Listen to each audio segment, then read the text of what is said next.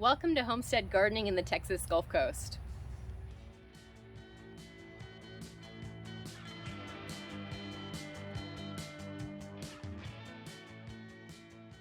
About a year ago, I started thinking more about growing in a drought. It was something that really interested me. Having a garden that actually could grow 365 days a year required me to be able to grow during the hottest time of the year too in Texas. And in Houston, I had an added problem. Sometimes in the summer, we have too much water during hurricane season. How was I going to grow a crop that could handle an extreme amount of drought and extreme amount of rain, all within the same 30-day time period? Well, luckily, I found gourds, and specifically, I found a gourd that produced a lot of really delicious food called a wax melon. This little baby fruit is just one example of the giant fruit that Bullethead Wax Melon or wax gourd can grow. This plant is well suited for drought conditions, and it's also well suited for having a little bit too much rainfall, especially if it's grown directly in our native soil in Houston. In this episode, I'm going to show you how I grow wax melon, how easy it is to grow, and how much food it produces in just one season. This episode was filmed over the course of 18 months and includes 2 different harvesting periods for the wax melon. The first year this wax melon was grown and harvested, it was actually a very rainy season. The second year this was grown and harvested, the wax melon was actually grown in true drought conditions. Both growing situations yielded an excellent crop of fruit, and the vines were extremely healthy. Whether you call this a wax gourd, an ash gourd, or a wax melon, there is a great reason, no, there are 3 great reasons to grow this in your garden. First of all, this is a heat-loving plant, which means in this summer that we're having in Houston, 101 degrees out, this plant is doing phenomenally. This is also a low water use food. So think about all of the other food crops you're growing. How many of them can you say are low water use? How many of them in 101 degree temperatures can you skip watering even for a day, 2 days? What about 3 days? These gourds can go possibly a week without any supplemental irrigation or watering or effort by you. And that means they're going to mainly grow because of seasonal rainfall in the Houston area. In zone 9, we're a little bit tropical, so we do have some summer rains, and that keeps these crops going. If you live in a climate that's a lot more dry than Houston, then probably you will need some supplemental irrigation more than we might for these gourds, but you're still going to get fantastic crops with very, very little effort.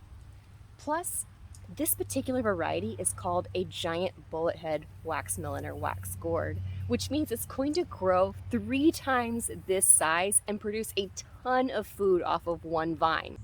You may think that a gourd producing a ton of food all at once is more of an inconvenience than an asset, but ash gourds, wax melons, again, whatever you want to call it, these are known as long-term storage gourds. That means if this is going to produce a ton of food, you don't have to eat it all at once. You can actually keep it through winter just like you would a winter squash. Like all gourds, this plant has both male and female flowers growing on the same vine and relies on daytime pollinators in May through September to pollinate these flowers and set fruit. Male flowers are easily identified by the slender stem located behind the flower. Female flowers are equally easy to identify, with tiny versions of the large fruit showing up just behind the flower.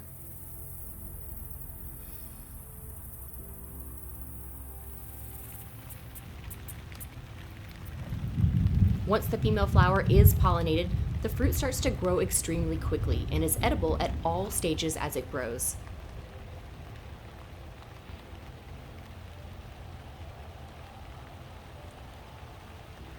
This vine's natural tendency is to climb, and with proper support, the fruit can be trellised up to 15 pounds.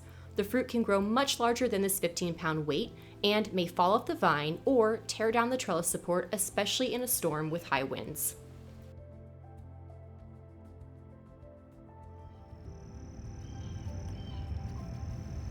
All parts of this plant, especially the fruit, are covered in a tiny fuzz that develops into a waxy coating as the fruit matures, which makes the plant and the fruit less susceptible to pests and mildew. Wax gourd is so incredibly easy to grow, and it's really tasty to eat. It's easy to prepare. Everything about it is so simple, except for harvesting. Now, it's incredibly easy to take this off the vine, but things get a little bit more difficult when you actually try to haul it out of the garden. And that's because wax gourd has a tendency to be covered in these really fine hairs. So I like to use full coverage sleeves, pants, gloves, everything possible to make sure I don't get this in my skin. What it will feel like is actually like you have fiberglass in your skin. It's a horrible feeling. Okay, so each of these fruit are deceptively heavy. They're going to run between 15 to 20 pounds at this size. This is giant Bullethead Wax Melon specifically, and they actually can get to about twice this size. So we're talking about something that if it stood tall, it would be hip height or above. And this is only hitting my knee right now.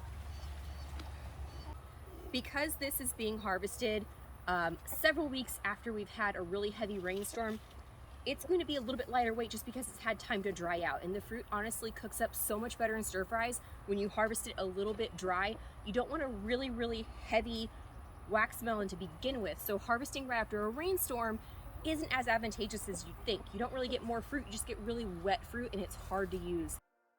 Fruit harvested on the drier side is so much easier to process and work with.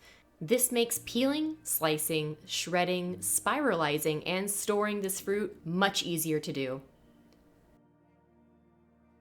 You can eat both the peel and the flesh of this fruit, and I like to ferment and store seeds separately so I don't find them germinating in my compost pile the next year.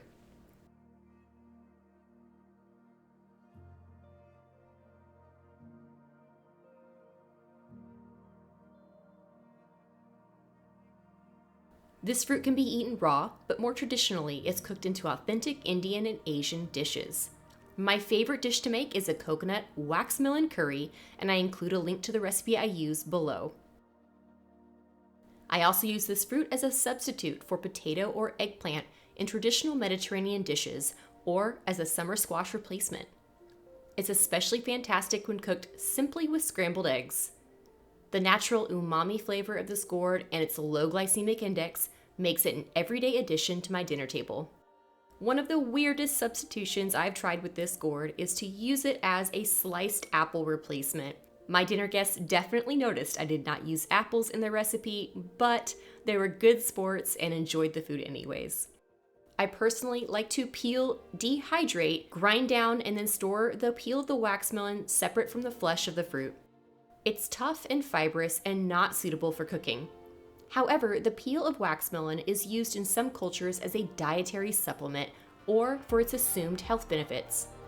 Information and studies are limited, but in traditional Chinese medicine, wax gourd peel is used to prevent and treat metabolic diseases such as obesity and hyperglycemia. Did today's video convince you to grow wax melon next year? Leave me a comment below and let me know what you think about this interesting edible fruit. If you enjoyed learning with me today, don't forget to like this video and subscribe to my channel so you can hear about other interesting edible plants you can grow in the Texas Gulf Coast.